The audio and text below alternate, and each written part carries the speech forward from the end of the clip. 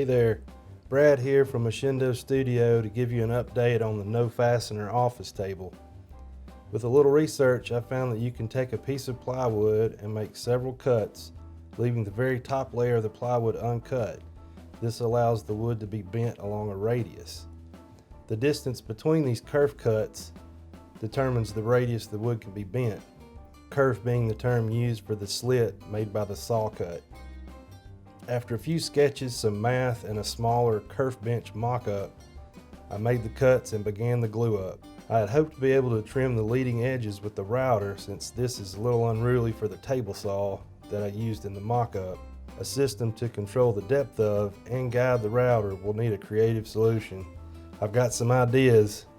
More coming soon. Thanks for watching.